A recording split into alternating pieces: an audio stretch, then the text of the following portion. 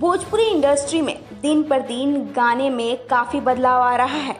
गाने में काफ़ी मेहनत की जा रही है। गाने को बेहतर बनाने के लिए बेहतर लोकेशन हो, बेहतर कास्टिंग हो या फिर बेहतर लिरिक्स की तलाश कर रहे हैं। अब ये लोकेशन देख लीजिए, लोकेशन देखकर आप भी कहेंगे कि कितना खूबसूरत है, आपका जाने का मन जरूर करेगा। दरअसल ये लोकेशन है खेसारी लाल यादव के आने वाले नए गाने की।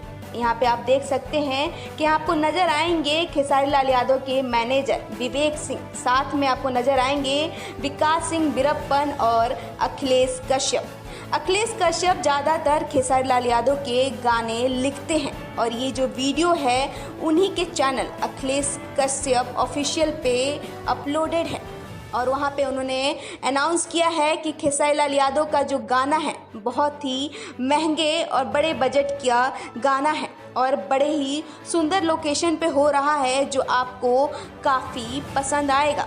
खैर, आप बताइए कि आपको खेसारी लाल यादव का ये नया लोकेशन कैसा लगा।